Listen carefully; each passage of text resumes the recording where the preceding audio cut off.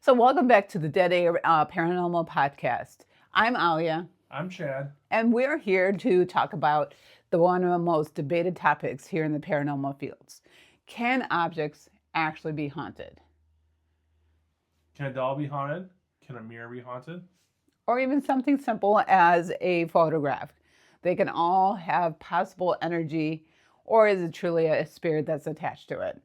So we are going to be talking about that because of the fact that even with skeptics, believers, psychics, or even historians, all have differentiating opinions about it.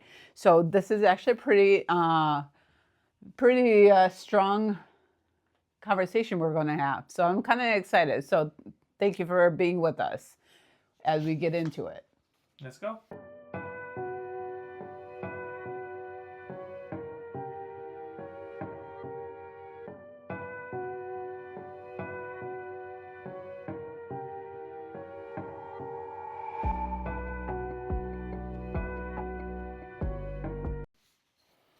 So what exactly is a haunted doll or haunted object per se, Chad? What do you think? Just an object that is doing things as out of the ordinary, I guess. Like when you have a doll, for instance, that's next to you and is talking to you or moving when it shouldn't be moving. Like, say when you're watching movies and the doll's arm starts moving. That's a That'd be like a haunted object. definitely creepy Right. experience in my thing. Right. When I think about haunted objects, I actually think about very terrifying experience or situations just like that. A doll moving its head, or moving its eyes, or even like arm, or even walking. There is said to be a doll in one of the Latin American countries that actually walks, but only walks with its owner's hand, grabbing their hand, and the videos are really, really interesting and creepy at the same time. That would be really scary. I would run far away from that. But I mean, what do we think about a rocking chair? Let's say a rocking chair rocking itself. Is it a spirit that is rocking it that's currently in the house, or is it the rocking chair in itself? So that's an interesting question. We were at, was it for our school? Mm-hmm. Where they had that little kids rocking chair? Mm-hmm. And we actually caught it on video where the rocking chair started going back and forth. Mm-hmm. Was it a spirit making it go back and forth? I mean, we were in an enclosed room. There was no outside breeze. The Correct. HVAC system was not on. So it's not like the furnace kicked on and started blowing it back and forth. Or even our baby alive doll that we happened to take on Right. and it's kind of interesting and hilarious because we weren't going to take that baby alive doll, not specifically for the investigation. Our daughter actually came with us, and she just happened to have that doll with her, and it just kind of randomly started talking in phrases that weren't really pre-programmed, almost like the Boo Buddy. That is interesting and creepy at the same time, and that's definitely been caught on camera, and it was on my TikTok. If you don't have my TikTok, it is linked in my bio. So, but let's get back into like the haunted items. Some ancient culture actually believes that there are certain items actually carry blessings that were bestowed upon it by their priests, their religious people. They also hold curses as well as a spiritual influence of their culture. So when you say that blessing by like a religious priest, is that the same thing as like when a priest blesses like a crucifix? Yes.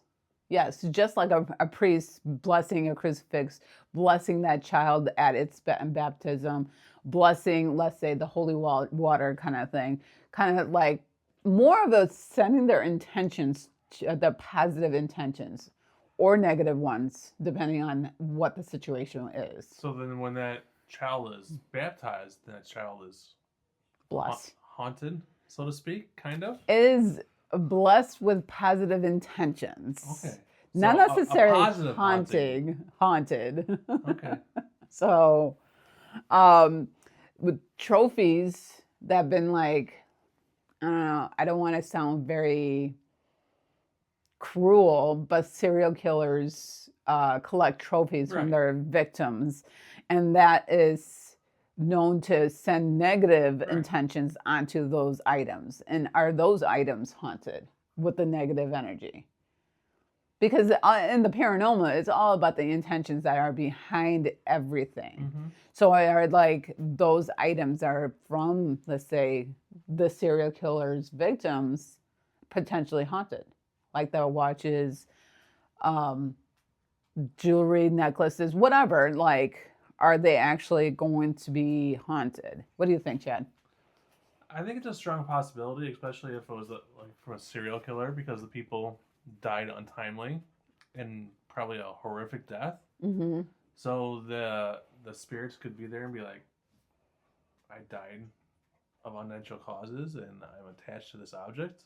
I Mm-hmm. want to make my displeasure, my unhappiness known of the way that I died, and catch my killer if he hasn't been caught already.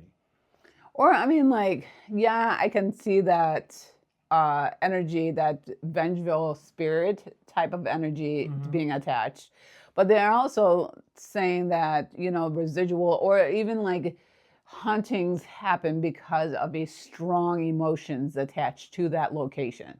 Like that Stone Mansion that I always talk about, the EVP capture that I had caught the last time was a strong moment for that person, and it imprinted it so much on that Mm-hmm. spot in that time. Do you think that actually happens with those victims and kind of thing that's imprinted now onto that object? It could. I'm not gonna say it doesn't because I'm not an expert, but Mm-hmm. I mean anything's possible. But you bring up a good point. Some people when they have their loved ones cremated, they keep the ashes and they keep it like over their fireplace or someplace special in their house. Mm-hmm. And I've heard them say things before like, "I can feel my loved one is here." Like let's say their mom passed away, and they have their mom's ashes in their house. Mm-hmm. They say whenever I'm near their ashes in their house, like let's say the ashes are in the living room. Mm-hmm. Whenever I'm in the living room, I can feel my mom's presence with me, sitting there watching TV with me. It's not a vengeful spirit; it's a loving spirit. True. Something that they can feel. They can feel their mom's love with them. Is it like hopefulness though? That was my question? Is that just a feeling that they have, like a loving feeling that they have, like they're hopeful that their mom is there, or is it actually their mom's spirit there? I mean, I feel like that kind of delves into the whole religious beliefs of Mm-hmm. that person. Because I know in Islam that we know that spirits are still here, but they're attached to their grave sites. Mm-hmm. So if they are cremated, and I'm saying like, I'm not talking about a Muslim because in Islam, you can't be cremated. You have to be buried whole as if you came to this earth. Yeah, and so you're going back to earth as well as you came back. I came into the earth. My gosh, words are hard today.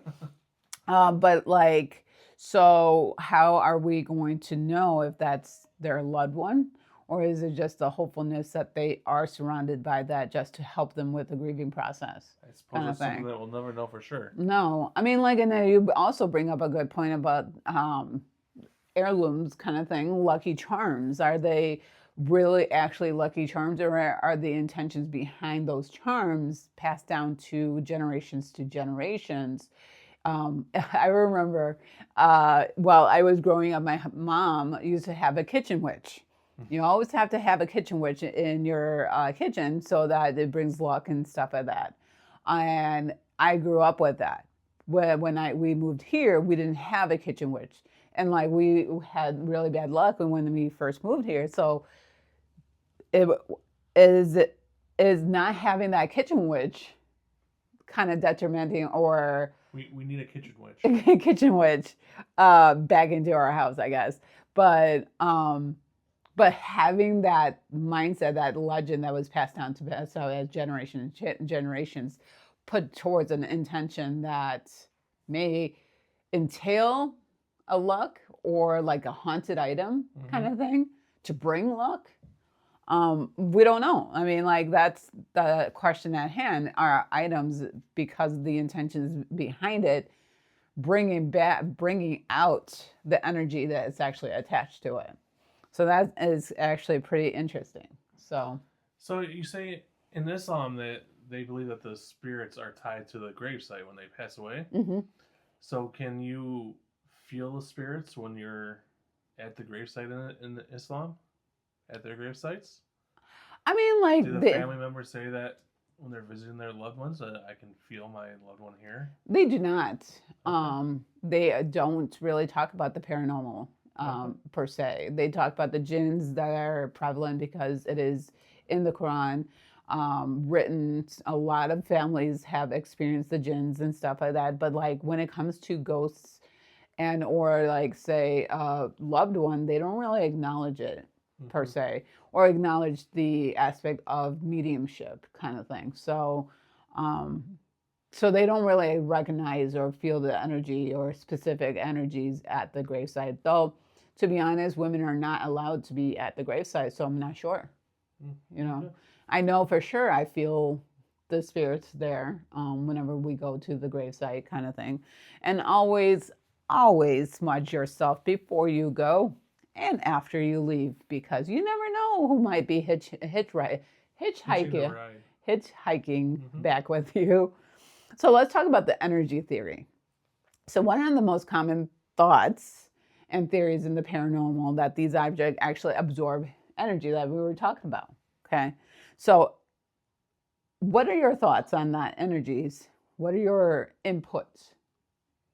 That objects absorb our energy. Mm-hmm. Well, spirits need energy to make contact and to show themselves in our world. Mm-hmm. So it would make sense that the objects that they're attached to would absorb our energy so that they can make contact with us or show themselves somehow. One of the most common theories in the paranormal field is about the energy that these objects absorb, or are they just spirits? So just think about it. We leave our fingerprints everywhere, windows, especially the kids leave their fingerprints everywhere. Kids are clean. What are you talking about? I beg to differ. Mm-hmm. But anyway, so they leave a mark on the world. No matter if you rub it or clean it off, it is always there. Mm-hmm. So this energy from the owner that owns that object, is it the energy we're feeling or is it a true spirit? I mean, it could be a spirit, but I think it's just, like you said, a fingerprint from the owner. Like really strong emotions that the owner had. Mm-hmm. Like they were really attached to, like, say, this doll. Mm-hmm. Maybe it meant something to them. Their mom gave it to them, and their mom passed away, and it really meant something to them. Mm-hmm. So they just kind of pass their emotions onto the object, and that's what you're feeling. Is kind of my thoughts anyway. But anything's possible. What are your thoughts about that kind of thing? So what we're talking about is more of the residual energy that we all feel, Mm-hmm. because this whole world is old. I mean, no matter how old it is, it has residual energy, the imprint left from the past. And are we truly feeling that in the world, or are we talking about like current energy? Or and it's not like electricity that is, you can feel the current sometimes depending on how the wiring is.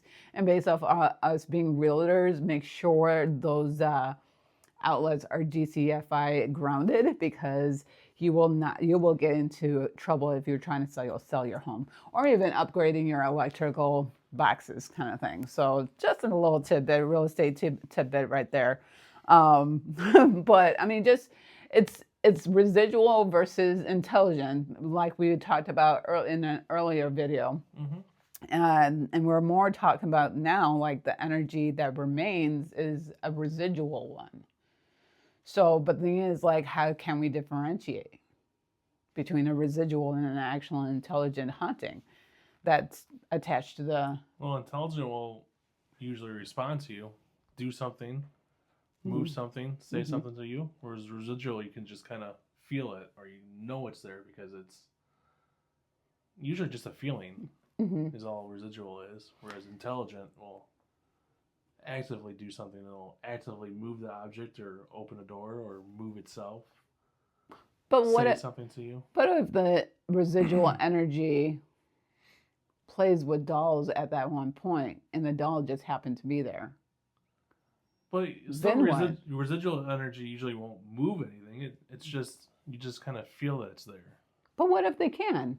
And what if they do? Then it's not residual, though. It's not, because then it becomes intelligent if it's actually moving the doll. Mm-hmm. Then there's something actively there with it. Mm-hmm. That's right? true. I guess so. But it's pretty interesting to think about. Just that. It's fine. And just so everybody knows, the script that she's going off of, I have no idea what she's going to ask me. So when she asks me questions and I look dumbfounded, it's because I have no idea what she's asking me. I do it on purpose. Just get the true reaction. So anyways, I mean, and also the talk about energy and the absorption of energy. There are certain materials that actually absorb energy better than others. So what kind of pop quiz now? Okay. Yeah.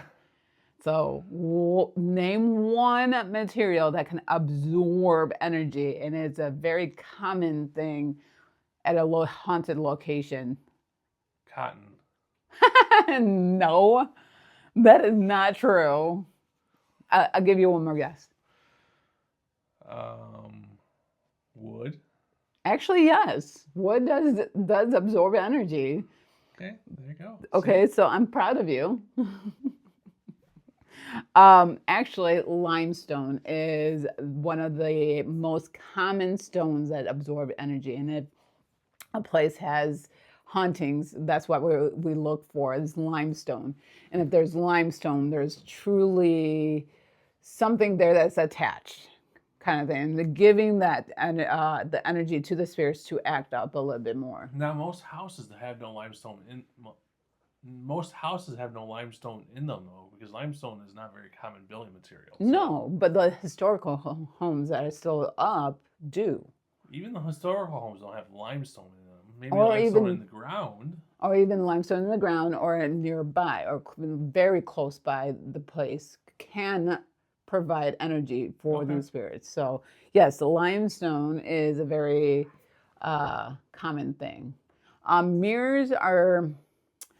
I don't know, like mirrors that we are in the paranormal field actually believe that they actually are portals. So they absorb the energy. So back in the 1800s, they actually covered the mirrors when someone died because it was said that they absorb the spirits into it and trap them. So they actually cover it with black cloth. Does it have to be black? Not really, but it just has to be covered. Okay. But majority of the time, because of the funeral or because of mourning, they use black clothing. Okay. So why can't certain people feel the energy more than the others? I think certain people are just more sensitive to it. Like you're more sensitive to the paranormal side, whereas I'm just not very sensitive in general. Some people are just more tuned to that world. Yeah, just like some people I think are just more in tune to that world, to that paranormal side than other people. Like you're a little more in tune to it than most people are. Whereas I'm, and that manager is just, they're just not very in tune to it.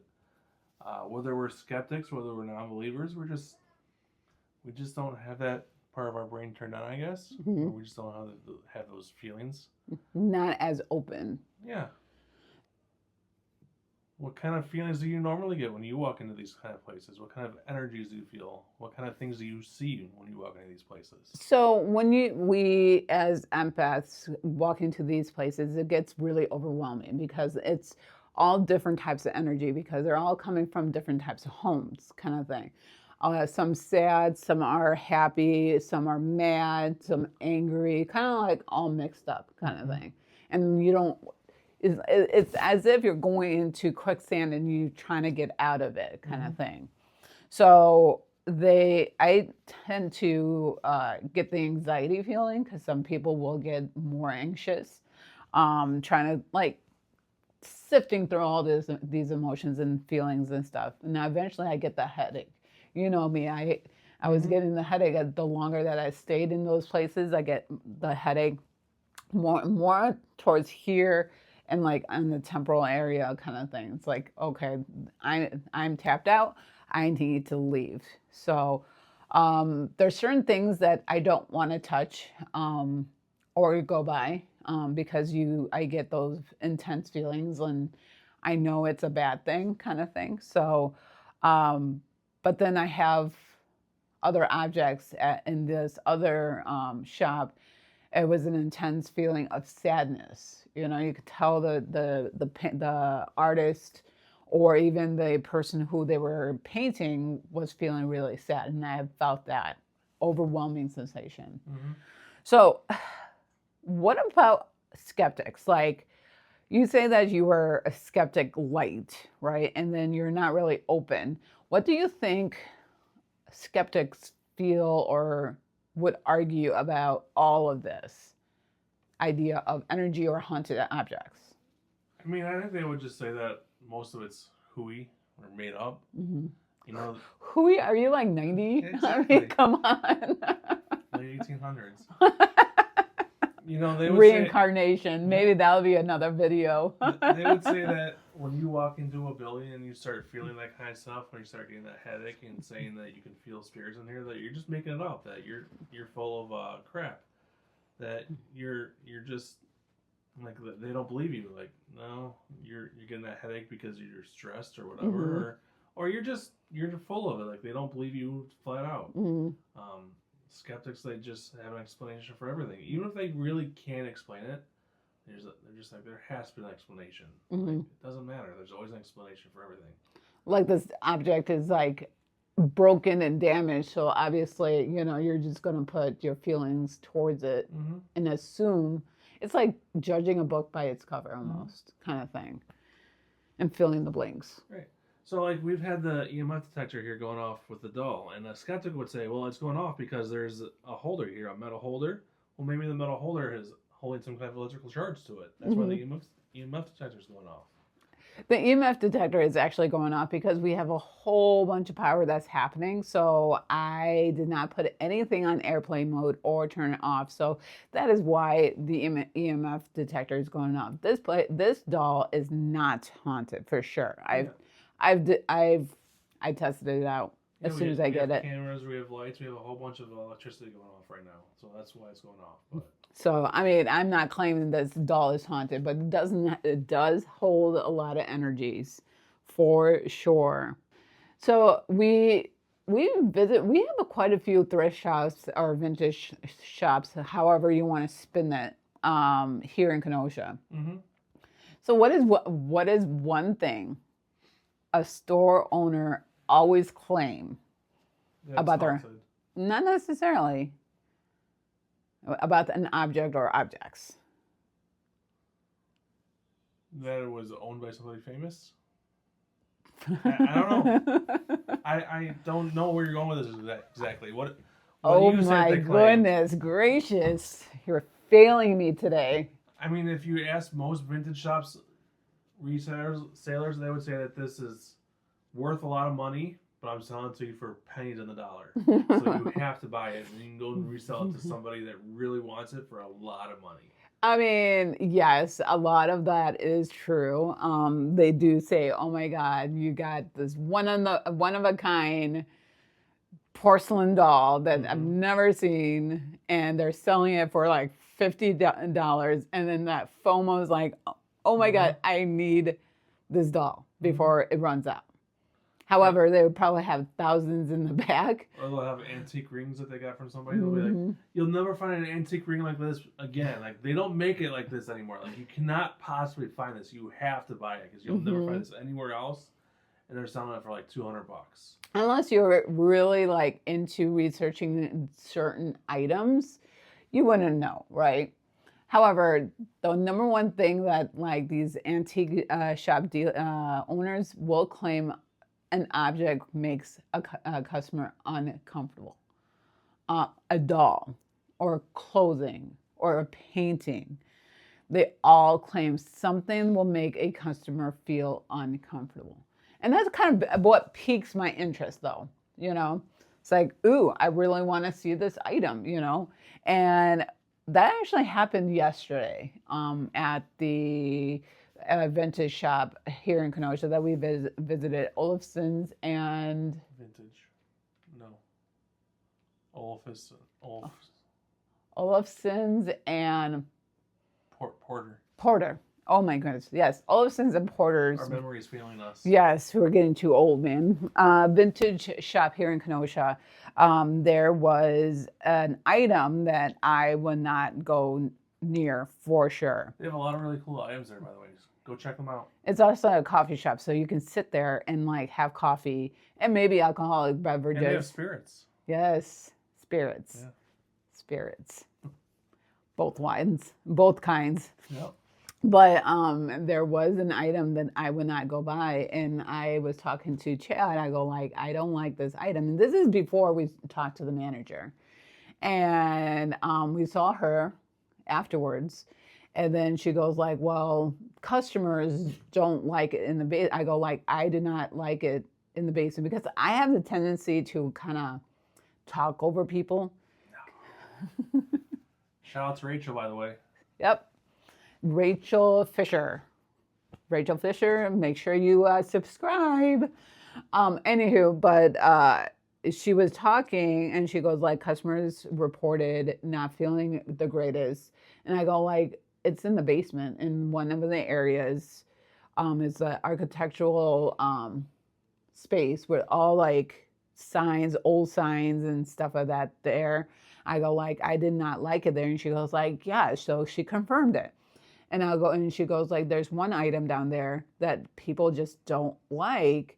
And I go, I do not like this one framed red jacket. And I don't know what it is. And apparently there was a picture or a portrait in the middle. And I didn't even see the portrait.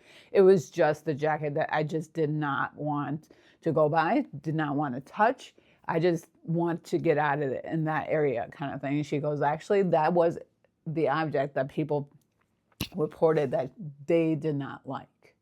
So she confirmed my suspicions, but oftentimes a lot of the owners would say like there's an object just to pique someone's interest or pique someone who wants a haunted object. Mm-hmm.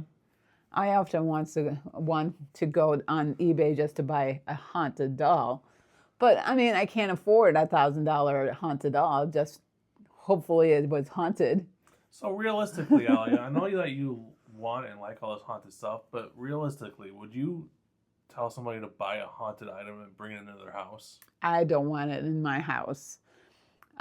Just because like you don't know what type of spirits is attached. If it is a spirit or if it's just an energy, do you want that negative energy in your house or whatever energy that it's attached? Or even if it's a positive energy, do you really want that in your house? No, not really. Fun story. I went and I do collect these like awesome porcelain dolls from vintage shops when I can, when I'm allowed to. Don't look at me. We won't get into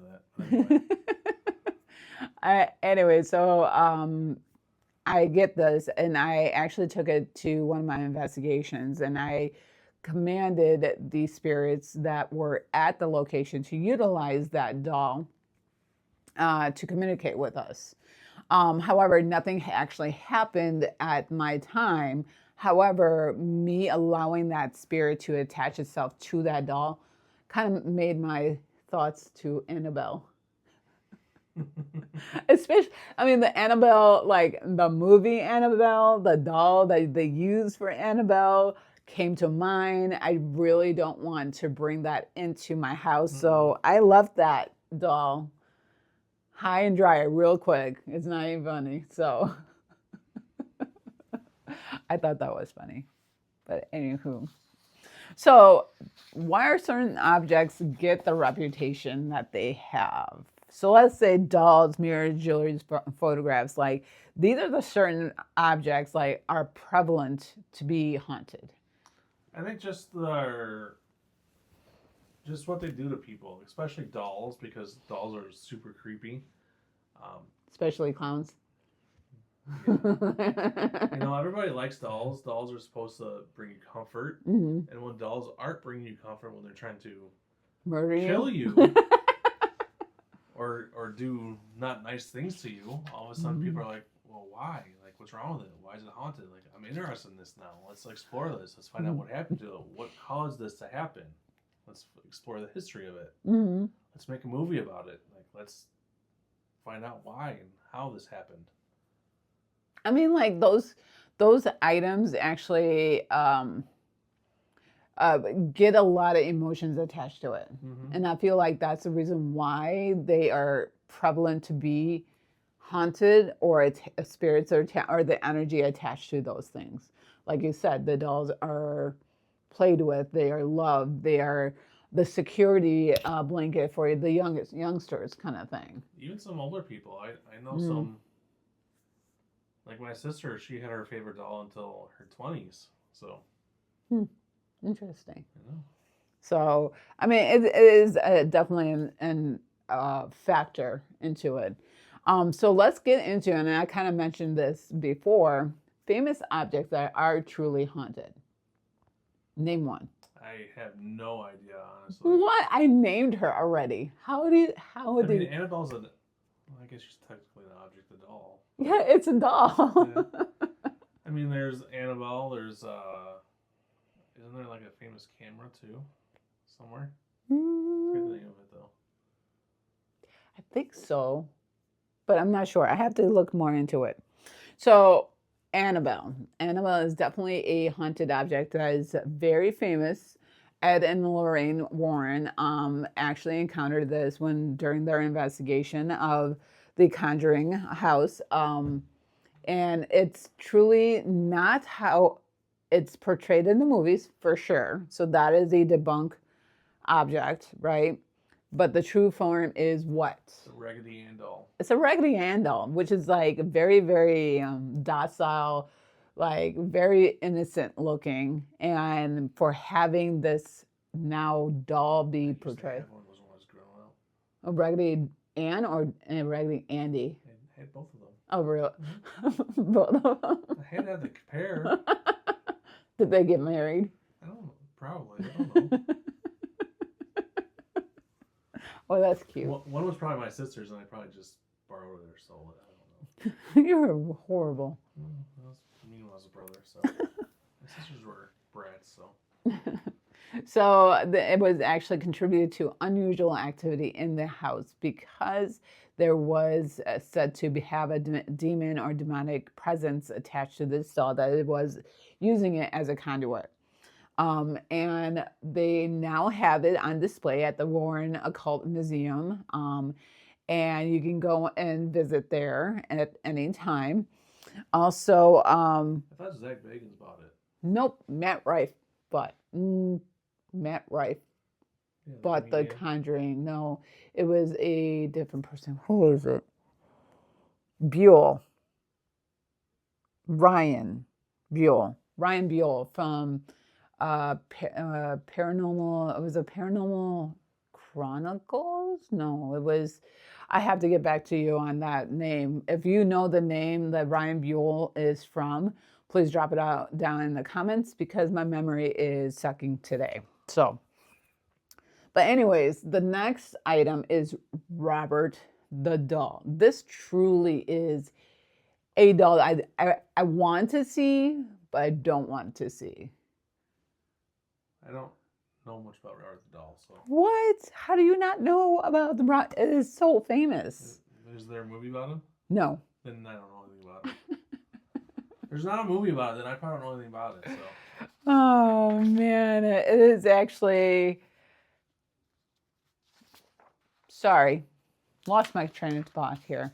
So Robert the doll is actually in Florida, Key West specifically. So if I really do want to go, if I do want to go see him, I have to go to Key West, which I mean it's not a bad thing. Nice Key weather. West is nice. Exactly. But it has been claimed that this doll brings about a curse if you disrespect him, kind of thing. So, like, you have to ask for permission to take a photo of this doll. Are you sure there's not a movie about it? I remember No, a it was storyline about this? a documentary. Okay. It was definitely a I documentary. think we watched that, didn't we? Yes, Yeah. halfway through, I got scared and turned it off. So there's a documentary is kind of a movie about it. It's not a movie. It's a series or a show. I think I finished it while you fell asleep or got bored of it or something. I did not get bored. I got scared. So I stopped it. So Robert Duvall was given to a young little boy to keep company and stuff like that. And it was said that he has been doing activities and noises, sounds, mimicry, and stuff like that. However, when you go and visit him, and if you do not ask permission, he brings about a curse. A lot of people who did not get permission or disrespected him died, like unexpectedly. And they're all healthy people, supposedly. And they happen to pass away shortly after. So you have to get permission for being like taking a picture of him and stuff like that. So, but I don't know if it's a coincidence whether or not, like, after visiting him, these medical emergencies or medical problems occurred. So that's another issue. The Dybbuk box is a box that is sealed with a prayer and is sealed, usually a demonic entity inside it. The Annabelle doll is in a Dybbuk box currently and is surrounded by a prayer, and it gets blessed once a day by a priest kind of thing. So it is, the Dybbuk box is from the Jewish folklore. I have seen videos of people opening one and having activity that comes from like growling, strange experience, like things. So don't open is what you're saying. Yeah, don't open it. If you see a box that has prayers around it, regardless of what type of prayers, whether or not it's English or Latin or something. Latin or even Hebrew. I'm sorry, I lost train of thought. I was like trying to remember that word. Again, like I said, my memory and my mind is not working very well today. So like, again, skeptics are very weary about the Dybbuk box because of the fact that there is no solid proof that these experiences are from opening those boxes. Until it happens with them anyway. Right, but then they stop being, late. yeah, but they are not skeptics anymore. They are truly believers then, you know. So let's talk about the power of beliefs, like the intention behind it. So if someone hands you a doll or whatever and says it's haunted, what do you think will happen? You'll believe it's haunted. Correct. And then like are you going to pay attention? You're going to sharply pay attention. You're going to be observant. Mm-hmm. Like those Air Force pilots in our previous video about the UFOs or UAPs and whatnot. They are sharply observers because they are trained and are looking for certain things, right? Mm-hmm. So you're going to start really paying attention. That, let's say, curtain starts moving and like, you normally don't pay attention, but when someone's like, oh, your house is haunted, you're going to pay attention to every little detail. Every little creak, every sound, every time your furnace kicks on, you'd be like, is that the ghost? What is that? Oh my God, the ghost is here.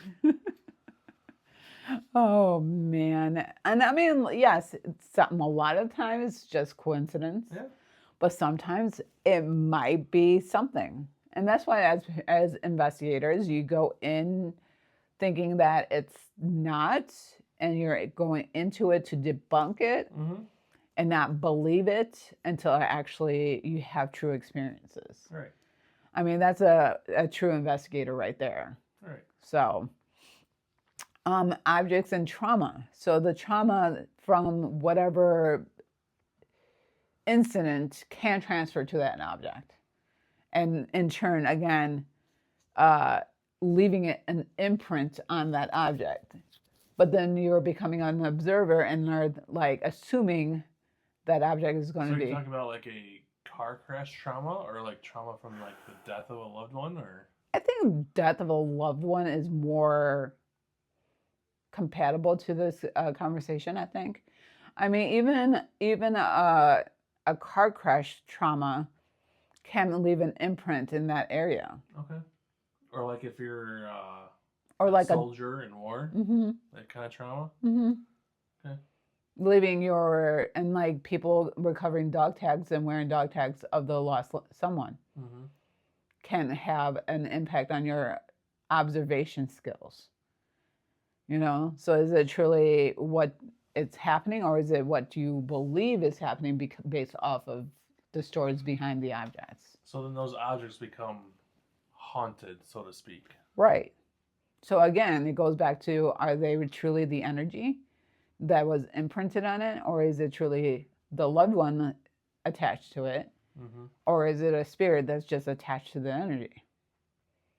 This conversation can go on forever. However, in circles and circles and circles and circles yeah. and circles.